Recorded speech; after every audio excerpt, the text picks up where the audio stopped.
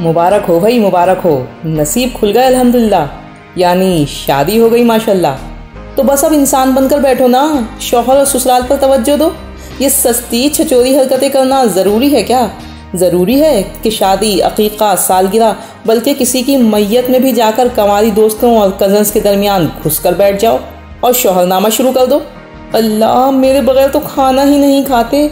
मैं के रुकने जाऊँ तो अगले दिन ही लेने आ जाते हैं। लोकल चीज़ें तो पसंद ही नहीं उनको, हर चीज़ ब्रांडेड खरीदते हैं। सही बता रही हूँ। बेचारी कंवारी लड़कियाँ टुकुर टुकुर देखते हुए सुनती रहती हैं कि महफिल में क्या करारा जवाब दें, वरना दिल तो चाह रहा होता है कि चमाट मार के कहें, अबे पूछ कौन रहा है तुमसे, हमें तुम्हारे चंपू मियाँ की पसंद नापसंद से क्या? आ गई हैं बिला वजह हमारा कान खाने के लिए। ये नई नवेली दुल्हनें, अल्लाह माफ़ करे, कोई नहीं जो उनके दिमाग के कीड़े झाड़े। शादी क्या हो गई, मतलब सब हल्की घटिया हरकत जायज़ हो गई इनके लिए। मैके जाएंगी तो चाहेंगी कि इनकी आमद के साथ ही पूरे मैके में इमरजेंसी नाफिज हो जाए और हर शख्स चाहे न चाहे मगर इनके मियाँ के सामने हाज़िरी ज़रूर लगवाए, वरना मियाँ जी बुरा मान सकते हैं। कंवारी बहनों का तो मतलब ही शामत की मारी होता है कि उनका सबसे बड़ा कसूर है कि वो रह गई कंवारी और दूसरी बहन की शादी हो गई। अब शादीशुदा बहन और बहनों की खिदमत उन पर फ़र्ज़ ही फ़र्ज़ है। घर में कदम रखते ही सवालनुमा हुक्म शुरू हो जाता है। भाई से पानी का पूछा, खीर बनाई है? इनको कहाँ पसंद है खीर, कस्टर्ड बना लो ना।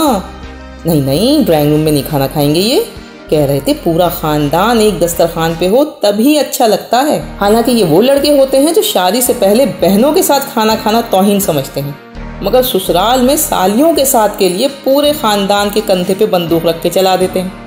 अब कंवारी बहनों का ताड़ू बहनोई के साथ बैठने का दिल ना भी चाह रहा हो तो भी अम्मा जान मजबूर कर देती हैं कि बैठो ना, पूरे ख़ानदान के साथ बैठना चाहता है बच्चा, बहनोई कहीं बुरा ना मान जाए। अम्मियों को कुछ कहना फजूल है। ये आफाकी सच्चाई है कि माओं को अपने कंवारे बेटे और शादीशुदा बेटियां बहुत पसंद होती हैं।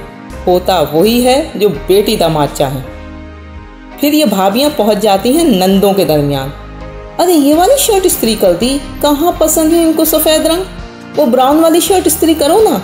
नंद का दिल चाहता है कि एक चमाट मार के कहे, जिस शख्स की आप आज माहिर शौहर बनकर बैठ गई हैं उनको हम बचपन से देख रहे हैं, सारी ज़िंदगी सफ़ेद बनियान में फिरते रहे हैं भैया, आज ये रंग नापसंद हो गया उनको।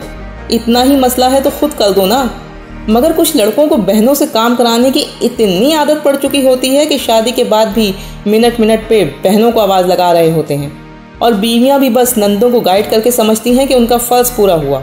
ऐसी दुल्हनों की अगर कोई दोस्त अल्लाह ना करे कंवारी हो तो बस मत पूछें। शादीशुदा दोस्तों की महफिल में अगर कंवारी दोस्त ज़रा बुलंद आवाज़ से कहकहा भी लगा दे, सबको गशी का दौरा पड़ने लगता है। अरे हंस रही है, अभी तो उसकी शादी भी नहीं हुई, फिर कैसे हंस रही है? बस फिर सब मिलके उसे याद कराने लग जाती हैं कि तुम्हारी तो शादी नहीं हुई है, अभी हंसना मना है। कोई रिश्ता आया तुम्हारा? मेरे जानने वालों में एक साहब रिश्ता कराते हैं, कहो तो बात करूं। रमज़ान आने वाला है, तुमको वजीफ़ा बताऊंगी, ज़रूर करना। इतने लोगों को मैंने बताया, सब लड़कियों की शादी हो गई। कंवारी दोस्त बेचारी हकदक रह जाती है कि सबको एक साथ दौरा क्यों पड़ गया है। ऐसी दोस्तें अपनी कंवारी दोस्त को हर तरह का उल्टा सीधा मशवरा दे देंगी, मगर करने वाला एक काम नहीं करेंगी कि अपने सगे भाई का रिश्ता ले जाएं अपनी दोस्त के लिए।